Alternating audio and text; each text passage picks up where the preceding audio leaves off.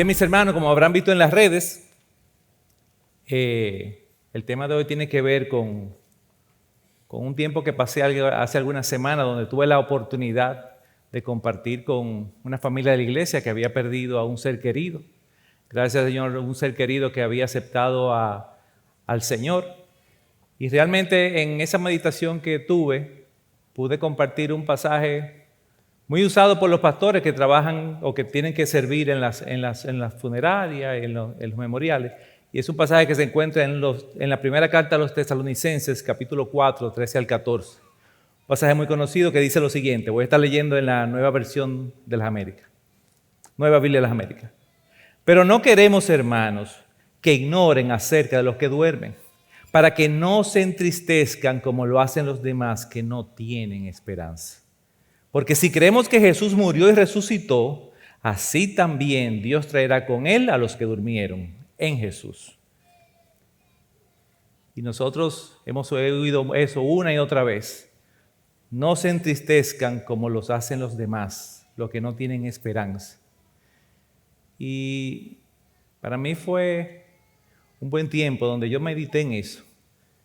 Y decía, sí, es obvio que no nos entristecemos igual. Estamos despidiendo a un ser querido que te conoció, que te aceptó y que tenemos la certeza de que ahora mismo Él está mejor de lo que estaba antes. Pero también tenemos la certeza que Él está mejor incluso que nosotros por más salud que tengamos, porque Él está con su Señor. Y aunque tenemos una separación física, no nos entristecemos como los que no tienen esperanza. Y sabemos que la Biblia no nos manda a que seamos estoicos, porque el mismo Señor Jesús lloró cuando vio a su amigo Lázaro muerto y lo iba a resucitar. Pero nos entristecemos de una manera diferente. Ahora, donde me quedé reflexionando fue en lo siguiente. Muchas veces nosotros pensamos que esa esperanza de esa vida eterna no tiene nada que ver con lo que pasa en nuestro día a día, mientras estamos aquí vivos. Y aunque nosotros no lo digamos, creemos que la esperanza del cristiano es muy similar a la esperanza que tiene un hijo cuando su papá lo lleva a la escuela. El papá lleva a su hijo al colegio puntualmente todas las mañanas, lo deja en la puerta, el papá se despide de su hijo con un Dios te bendiga, mi hijo, que tengas un buen día. El niño entra, toma sus clases, conversa con sus amigos, escucha a sus profesores, sale al receso, come su merienda, vuelve a tomar clases, etc. Y al final del día, el niño tiene la seguridad de que su papá lo viene a recoger como él lo prometió para llevarlo al hogar.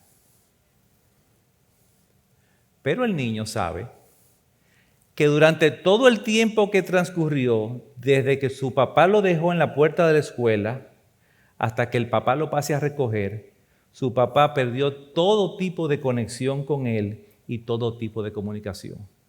Mientras el niño está en el colegio, el hijo quedó de su cuenta, por decirlo así. Bueno, así no funciona la esperanza.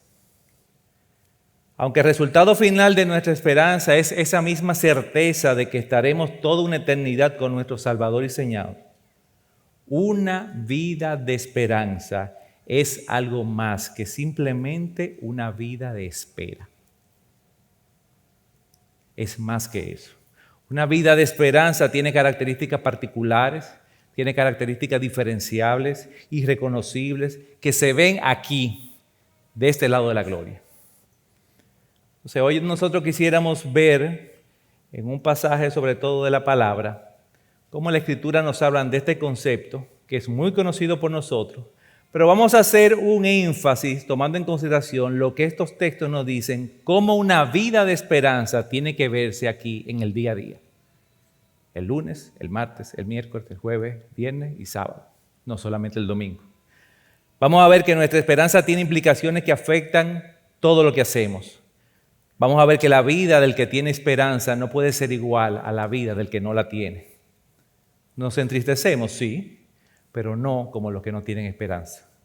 Sufrimos, Pasamos por luchas, pruebas y tiempos difíciles, sí, pero con un propósito eterno. Nos divertimos también, pero la fuente de nuestro gozo es diferente que la del mundo. Vamos a ver que nuestra esperanza nos habla de cómo es nuestro Dios. Y vamos a ver si tuvimos nosotros algo que hacer para obtener esa esperanza.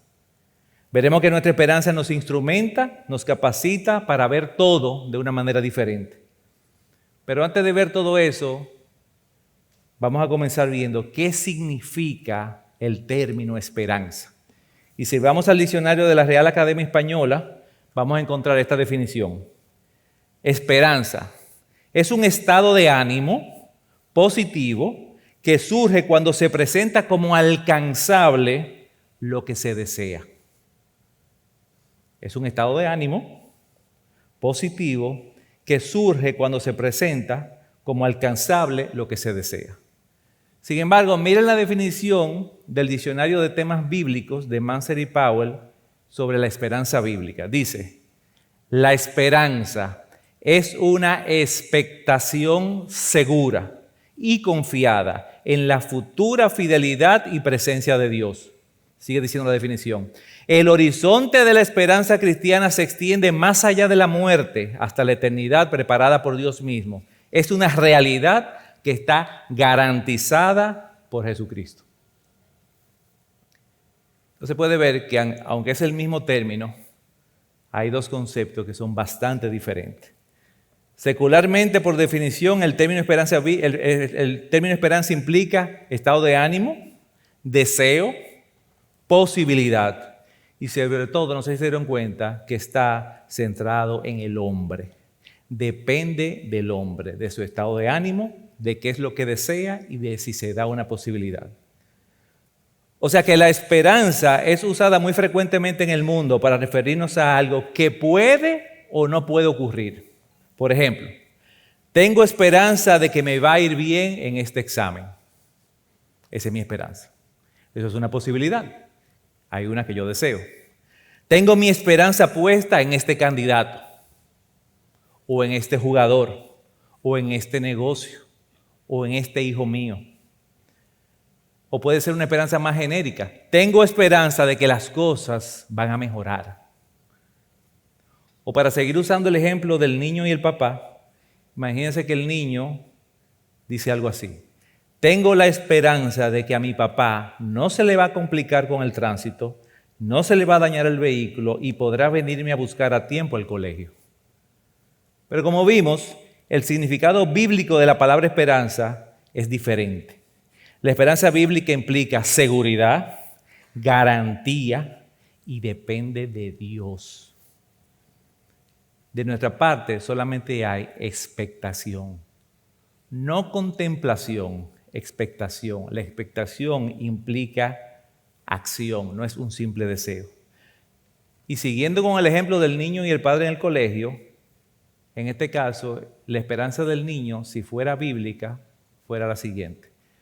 Yo sé, porque sé, y estoy seguro que mi papá va a venir a buscarme en el preciso momento que Él lo tiene planeado. Y aunque he hecho mis actividades normales, me he pasado todo el día imaginando cómo será ese momento cuando vuelva a encontrarme con Él. ¿Ven la diferencia? Esa es nuestra esperanza, por definición. Nuestra esperanza está basada en las promesas de Dios. Por lo tanto, no hay ninguna duda de que serán cumplidas. No depende de nosotros, sino de Dios. Veamos lo que escribe el apóstol Pablo a los romanos, hablando sobre la fe y la esperanza de Abraham. Romanos capítulo 4, versículos 17 al 21, dice lo siguiente. Como está escrito, te he hecho padre de muchas naciones delante de aquel en quien creyó, es decir, Dios que da vida a los muertos y llama a las cosas que no son como si fueran. Abraham creyó en esperanza contra esperanza, a fin de llegar a ser padre de muchas naciones conforme a lo que se le había dicho. Así será tu descendencia. Versículo 19. Y sin debilitarse en la fe, contempló su propio cuerpo, que ya estaba como muerto, puesto que tenía como 100 años, y también la esterilidad de su esposa, Sara. Dice el 20, sin embargo, a pesar de eso, respecto a la promesa de Dios, Abraham no titubeó con incredulidad, sino que se fortaleció en fe, dando gloria a Dios, estando plenamente convencido de que lo que Dios había prometido, poderoso era también para cumplirlo. Él le habrá dicho al Señor, bueno, Señor, yo no sé con quién tú cuentas, pero yo sé que no es conmigo ni con mi esposa. Ahora, yo sé quién tú eres. Tú eres el Dios que da vida a lo que está muerto y que llama a las cosas que no son como si fueran. Yo creo en ti. Mi esperanza está en ti. Abraham creyó, Abraham no dudó, sino que fortaleció su fe. Porque no era un problema de él, ni de sus deseos, ni de sus capacidades. Su esperanza dependía de Dios. Y eso es lo primero, hermano, que tú debes entender, que nuestra esperanza no depende de nosotros. Nuestra esperanza depende del Dios que da vida a lo que está muerto y del Dios que llama las cosas que no son como si fueran. Depende de Él. Entonces, ¿tú conoces un mejor lugar en donde depositar tu esperanza? ¿Un lugar que sea más seguro que ese? ¿Un lugar más confiable? ¿O un lugar más poderoso? El apóstol Pedro escribió su primera carta a un grupo de creyentes que se encontraban esparcidos por diferentes regiones del Imperio Romano, como mencionó el pastor Chacho. Y lo primero que él hizo en su carta fue recordarle en qué consistía su esperanza. Porque sabía que eran iglesias que estaban lejos de su familia, en lugares extraños, se sentían débiles, se sentían pobres y podían desenfocarse. Y Pedro quería decirle, no, yo quiero recordarle cuál es su verdadera esperanza. Nosotros vamos a leer un pasaje que está en el primer capítulo de Primera de Pedro, comenzando del versículo 3 al versículo 21. Dice lo siguiente: bendito sea el Dios y Padre de nuestro Señor Jesucristo, quien según su gran misericordia nos ha hecho nacer de nuevo a una esperanza viva, mediante la resurrección de Jesucristo de entre los muertos, para obtener una herencia incorruptible, inmaculada y que no se marchitará, reservada en los cielos para ustedes. Mediante la fe, ustedes son protegidos por el poder de Dios para la salvación que está preparada para ser revelada en el último tiempo, en lo cual ustedes se regocijan grandemente, aunque ahora, por un poco de tiempo, si es necesario, sean afligidos con diversas pruebas, para que la prueba de la fe de ustedes, más preciosa que el oro que perece, aunque probado por fuego, sea hallada que resulte en alabanza, gloria y honor en la revelación de Jesucristo, a quien sin haber visto ustedes lo aman, y a quien ahora no ven, pero creen en Él, y se regocijan grandemente con gozo inefable y lleno de gloria, obteniendo como resultado de su fe la salvación de sus almas. Y acerca de esta salvación, los profetas que profetizaron de la gracia que vendría a ustedes diligentemente inquirieron y averiguaron, procurando saber qué persona o tiempo indicaba el Espíritu Santo dentro de ellos al predecir los sufrimientos de Cristo y las glorias que le seguirían. A ellos les fue revelado que no se servían a sí mismos, sino a ustedes, en estas cosas que ahora les han sido anunciadas mediante lo que predicaron el Evangelio por el Espíritu Santo enviado del cielo, cosas de las cuales los ángeles anhelan mirar. Por tanto, preparen su entendimiento para la acción, sean sobrios en espíritu, pongan su esperanza completamente en la gracia que se les traerá en la revelación de Jesucristo. Como hijos obedientes, no se conformen a los deseos que antes tenían en su ignorancia, sino que así como aquel que los llamó es santo, así también sean ustedes santos en toda su manera de vivir.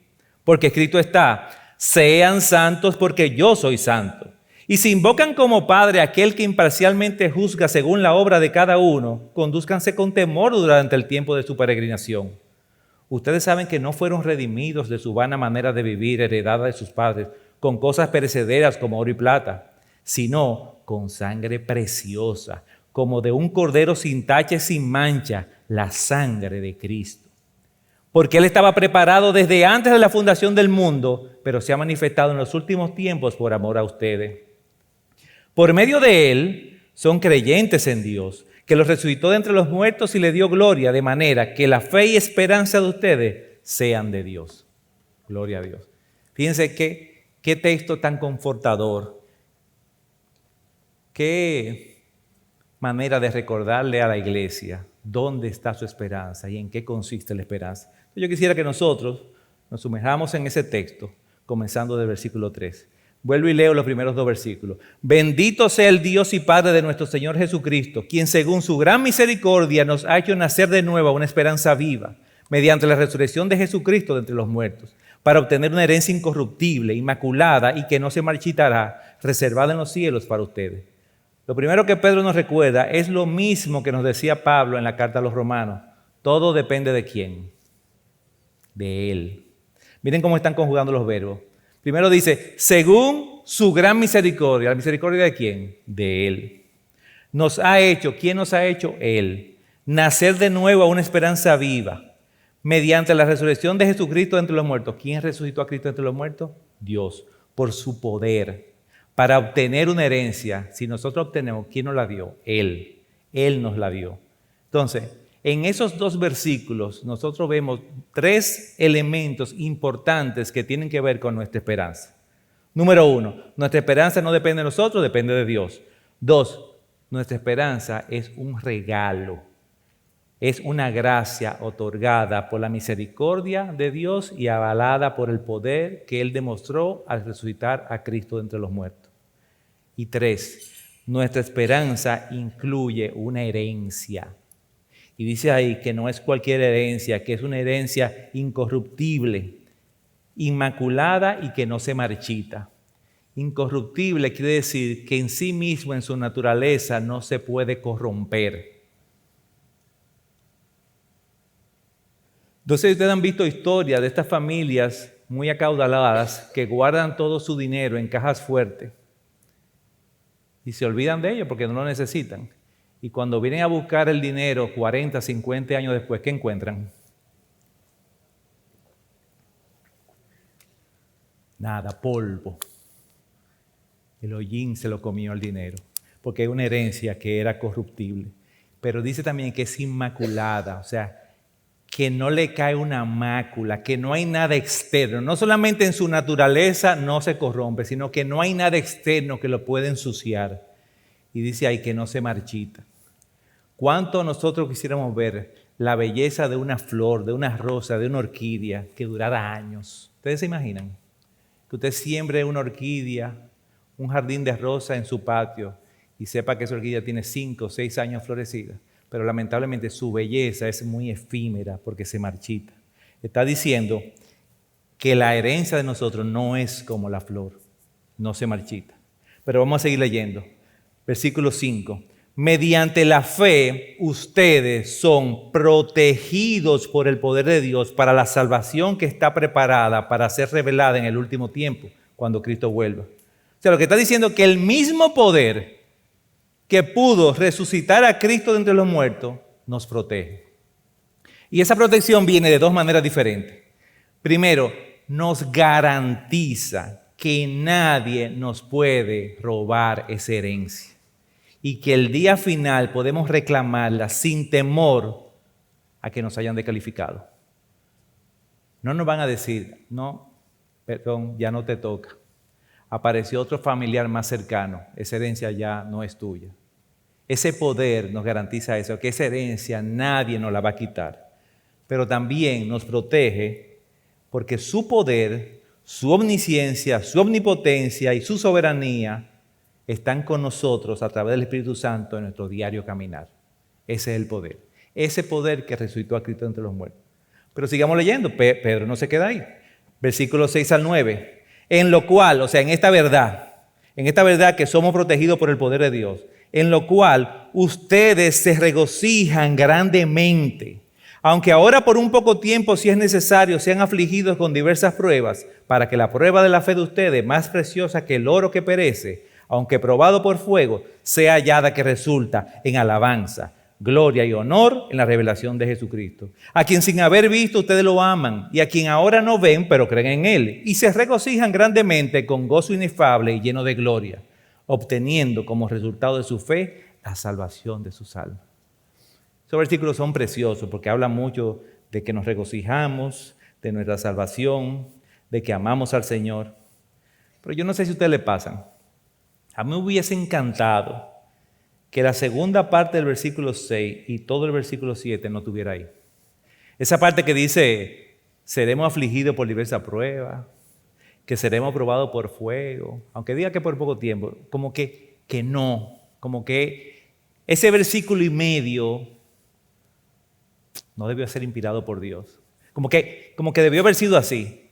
En lo cual ustedes se regocijan grandemente y brincar, amando a Jesucristo sin haberle visto, pero creen en Él, y se regocijan grandemente con gozo inefable y lleno de gloria, obteniendo como resultado de su fe la salvación de sus almas. Perfecto, lo imprimo y lo pongo en mi oficina. Pero mis hermanos, ese versículo y medio que está ahí tiene un propósito: darnos esperanza. Primero, en ese versículo y medio dice y nos recuerda que toda nuestra vida, no importa cuántos años vayamos a vivir, es poco de tiempo comparado con nuestra herencia, con el tiempo que tendremos con el Señor. Y si nosotros somos justos con nosotros mismos, vamos a saber que aunque tengamos 15, 20, 50, 70, 80 años, no todos nuestros años hemos estado en aflicción. Si usted está aquí hoy en la mañana, es muestra que el Señor ha sido fiel con usted y está aquí. Pero segundo, ese versículo y medio también nos dice y nos recuerda que las pruebas tienen un propósito eterno. Tienen un propósito. No están ahí porque el Señor le da la gana que nosotros suframos. Tiene una razón de ser. Y me encanta cómo lo dice el pastor John MacArthur en su comentario. Dice lo siguiente: el propósito de Dios al permitir las pruebas consiste en confirmar la realidad de la fe de cada creyente. Pero el beneficio inmediato de esta prueba de fuego es para el creyente más que para Dios. Si un creyente sale aprobado y no deja de confiar en el Señor, puede estar seguro de que su fe es genuina. Entonces, con las pruebas, el Señor confirma y nosotros también nos confirmamos si somos del Señor. Así que, querido hermano, conserva esto que yo te voy a decir ahora. Escríbete un post-it y ponlo por ahí, aunque sea no literal, sino en tu corazón, para que lo veamos al final del sermón. Y escribe lo siguiente: si las pruebas tienen el propósito de Dios de confirmar la realidad de tu fe, revisa cómo te estás comportando en medio de tus pruebas. Si las pruebas tienen el propósito de Dios de confirmar la realidad de tu fe, revisa cómo te estás comportando en medio de tus pruebas. Hazte la siguiente pregunta: el día que Jesucristo sea revelado a todo el mundo, ¿mi fe traerá alabanza, gloria y honra a mi Señor como resultado de que permanecí firme en mis pruebas?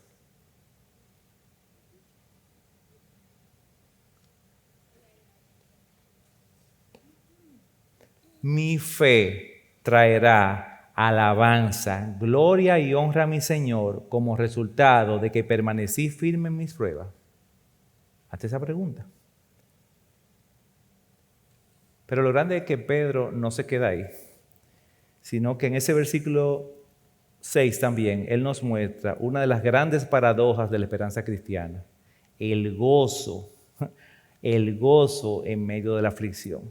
Entonces, la aflicción y la prueba no solamente son una realidad, aunque por poco de tiempo, y tienen un propósito, sino que él dice que el poder de Dios nos capacita para tener gozo en ese proceso.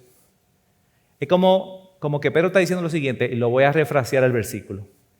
El poder de Dios que nos protege nos permite vivir con un gozo constante, que es lo que en el original significa regocijan grandemente, que no se acaba, mientras nos encontramos luchando con nuestras aflicciones, ayudados por ese mismo poder. El poder de Dios que nos protege nos permite vivir con un gozo constante mientras nos encontramos luchando con nuestras aflicciones, ayudados por ese mismo poder. Lo que está diciendo es, tú puedes tener gozo, porque el que te está sacando de esa prueba soy yo. soy yo. Y cuando Pedro escribe esto, no lo escribe de manera teórica. Pedro lo había vivido. Hay un pasaje en Hechos, capítulo 5, del 40 al 42, donde vemos una de tantas situaciones en que Pedro y los apóstoles se vieron inmersos. Y dice lo siguiente, versículo 40. Y después de llamar a los apóstoles, los azotaron y le ordenaron que no hablaran más en el nombre de Jesús y los soltaron. Los apóstoles, pues, salieron de la presencia del concilio. ¿De qué forma? Regocijándose de que hubieran sido considerados dignos de sufrir afrenta por el nombre. Hello. Y todos los días en el templo y de casa en casa no cesaban de enseñar y proclamar el evangelio de Jesús como el Cristo. Lo que le dijeron que no hiciera. Regocijándose. Eso es lo que se llama esperanza contra esperanza. Igual que la que tuvo Abraham, la tuvieron también Pedro y los apóstoles. Pero también así pasó con Pablo y Bernabé. Más adelante en el libro de los Hechos, en el capítulo 13, nos encontramos lo siguiente.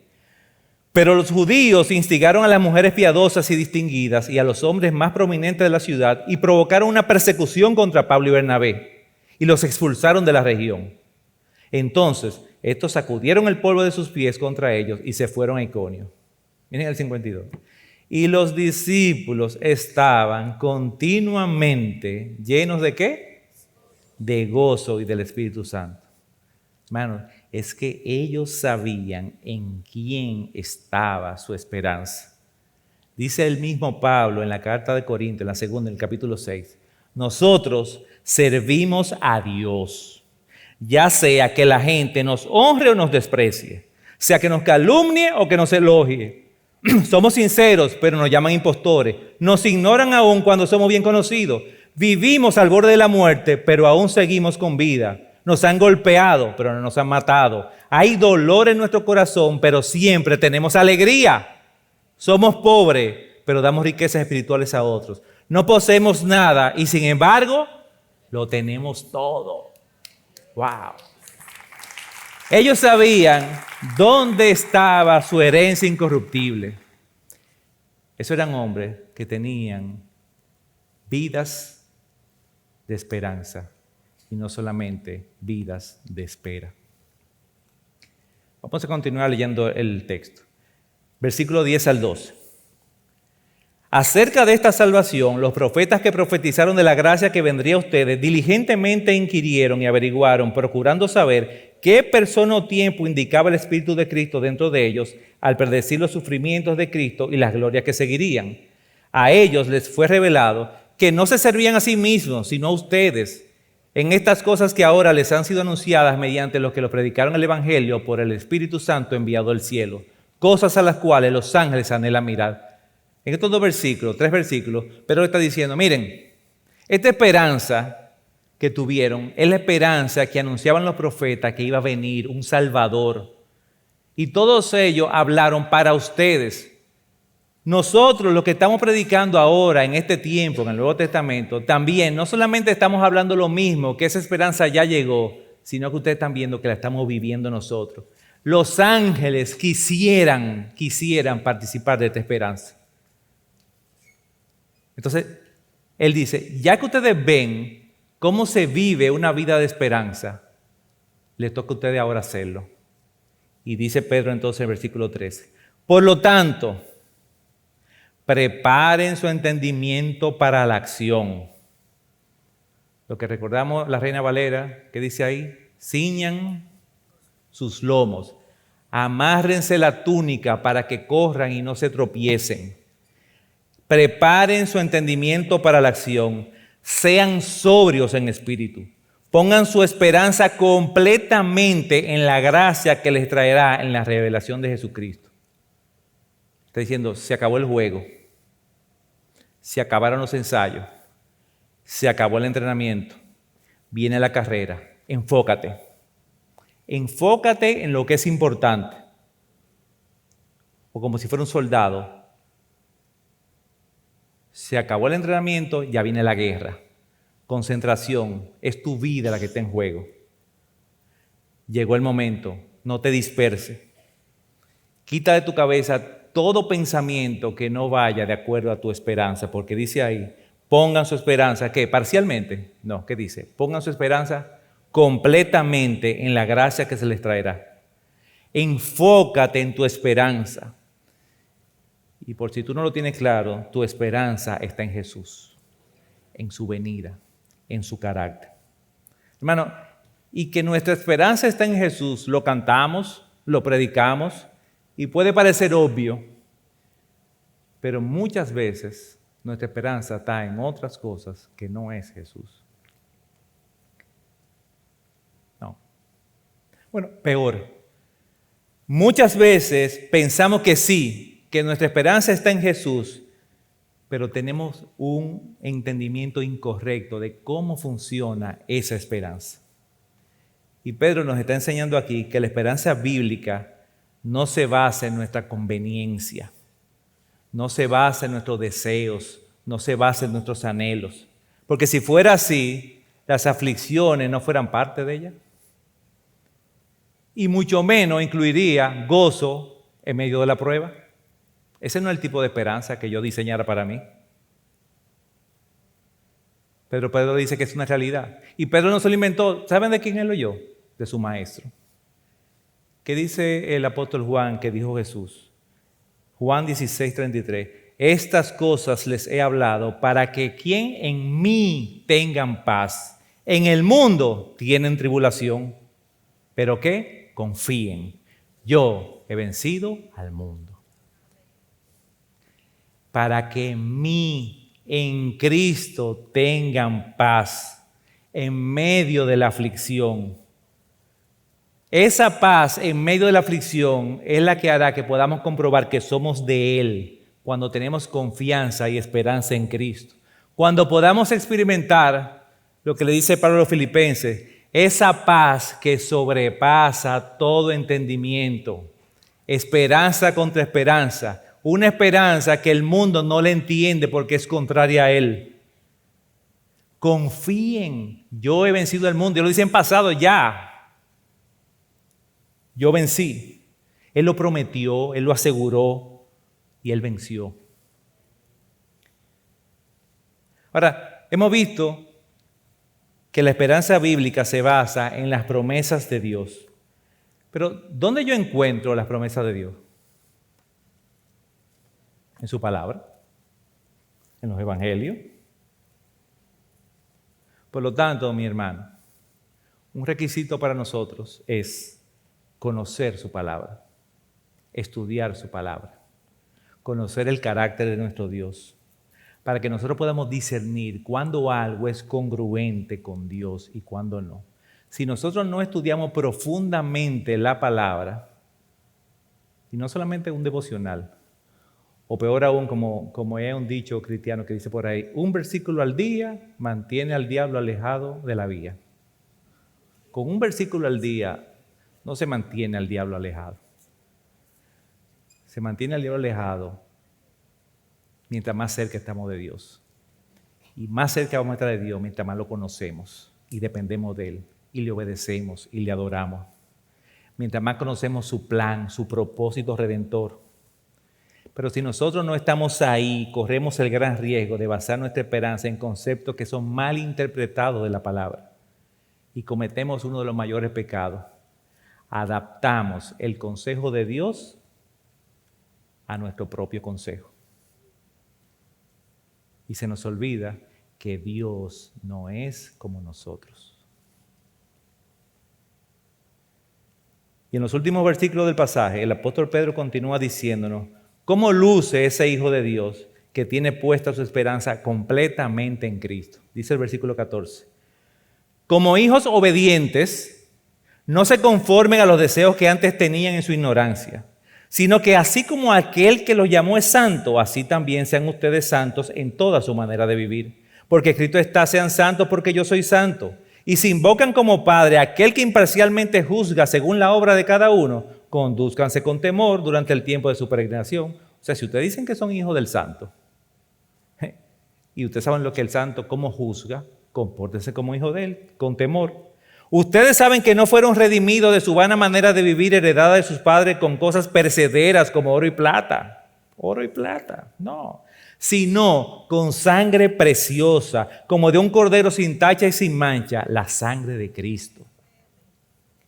Porque Él estaba preparado desde antes de la fundación del mundo, pero se ha manifestado en estos últimos tiempos por amor a ustedes.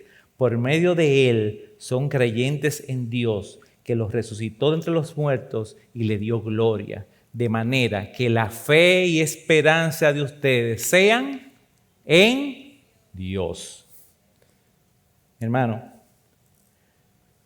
una vida de esperanza no es una vida de contemplación a la espera de la venida del Señor.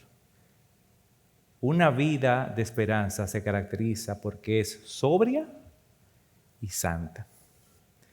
Pero es una sobriedad y una santidad que no viene con nosotros. Sale del llamado del santo. Es un carácter que heredamos por ser redimidos con la preciosa sangre del Cordero sin mancha. Por eso es que estamos llamados a ser santos.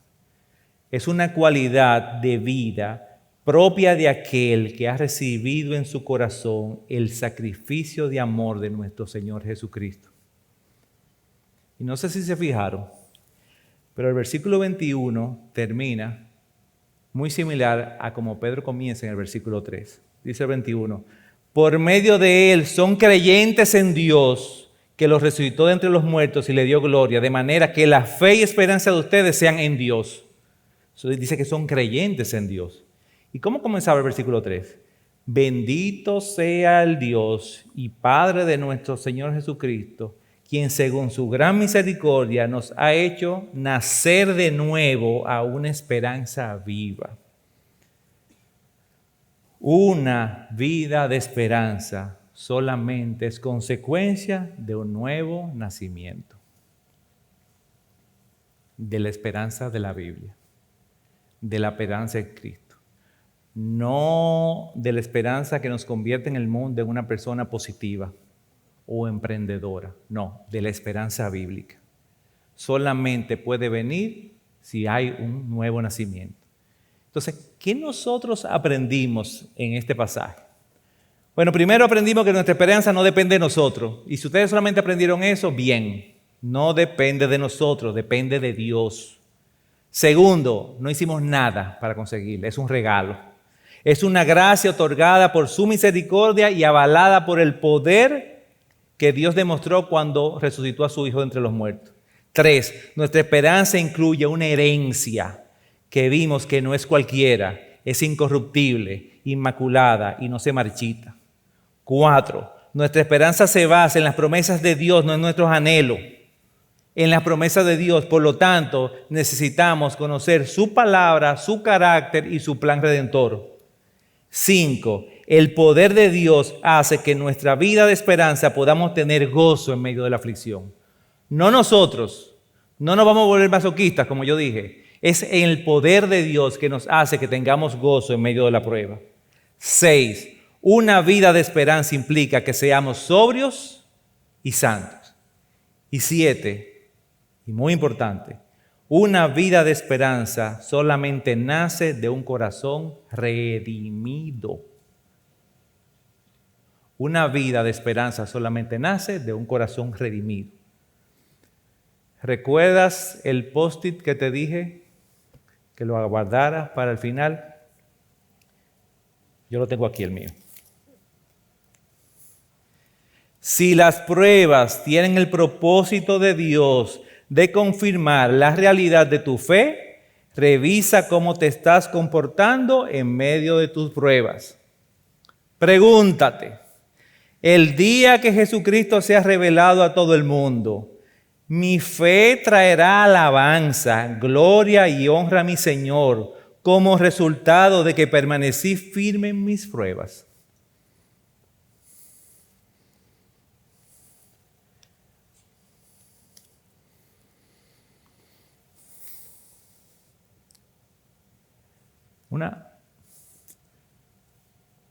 Una vida de constante lucha y fracaso ante las mismas pruebas, ante las mismas tentaciones, ante las mismas circunstancias, puede ser, mi hermano, un indicativo de que tú realmente no estás en Cristo. No estás viviendo con el poder de aquel que da vida a lo que está muerto. Pero Él sigue siendo ese Dios que da vida a lo que está muerto. Si tú no estás seguro de que tú estás luchando con la fuerza del Espíritu Santo y no con las tuyas, no dejes pasar un día más. No dejes pasar un día más. Y déjame terminar haciéndote de historia. En los años 50, un científico norteamericano que se llamaba Kurt Richter tenía su laboratorio en la Universidad de Johns Hopkins. Hizo una serie de experimentos que son un tanto crueles, donde usó ratas para estudiar sus reacciones ante el estrés. En uno de esos experimentos, Richter tomó un grupo de ratas domesticadas, son aquellas que nacen, crecen y mueren en el laboratorio. Las metió en recipientes de vidrio llenos de agua, de los cuales no podían escapar, para observar cuánto tiempo sobrevivían nadando en el agua. Richter se mantenía observando las ratas y justo antes de que pareciera que iban a morir, las sacaba. Las sostenía un rato en la mano, las ponía de nuevo en su jaula y al rato volvía y la ponía en el agua. Miren lo que escribió Richter. Así, al sacar las ratas cada vez que estaban a punto de morir, ellas aprendían rápidamente que la situación en realidad no era desesperada. Y a partir de entonces, cada vez que la volvíamos a meter en los frascos, duraban mucho más tiempo luchando, intentando escapar y no daban señales de darse por vencida. Sigue Richter. Ese pequeño interludio marcaba una gran diferencia. Las ratas que experimentaban un breve respiro nadaban mucho más, algunas más de 80 horas. Miren lo que él dice. Al saber que no estaban condenadas, que la situación no estaba perdida, que era posible que una mano amiga la salvara, luchaban por vivir. Y él dice, tras eliminar la desesperanza, las ratas no mueren. Él está hablando de esperanza. Al eliminar la desesperanza, las ratas no mueren.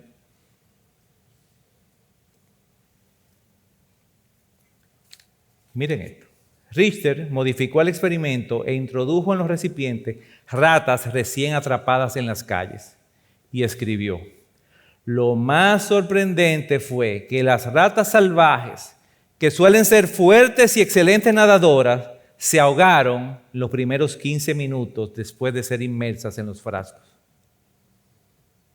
Parecería, apuntó Richter, que contrario al decir popular, la esperanza no es lo último que se pierde, sino lo primero.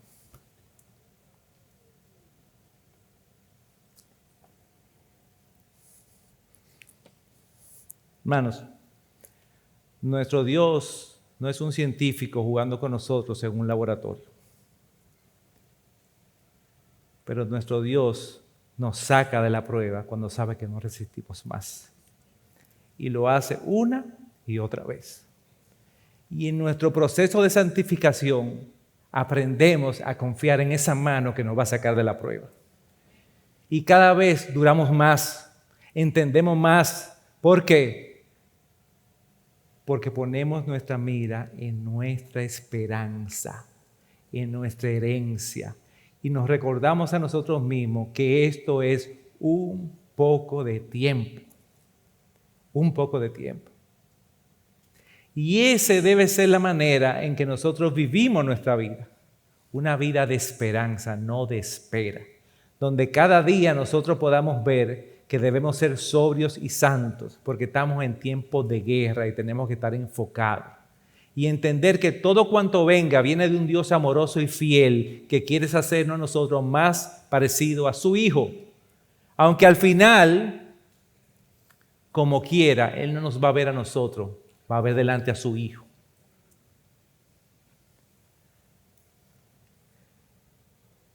Ahora, pregúntate, si alguno de ustedes se identifica más con una de las ratas de la calle, que tienen fuerza, que son luchadores, que se han tirado el mundo por delante, pero que saben que no tienen a nadie, mucho menos a un Dios que le va a meter la mano. Y que ha llegado un momento en su vida donde dice, yo no tengo salida. Yo iba a decir que comparémonos con las ratas, pero no vamos a comparar con ratas. Pero veámonos en esas dos situaciones. Y yo quiero que nosotros ahora todos cerremos nuestros ojos.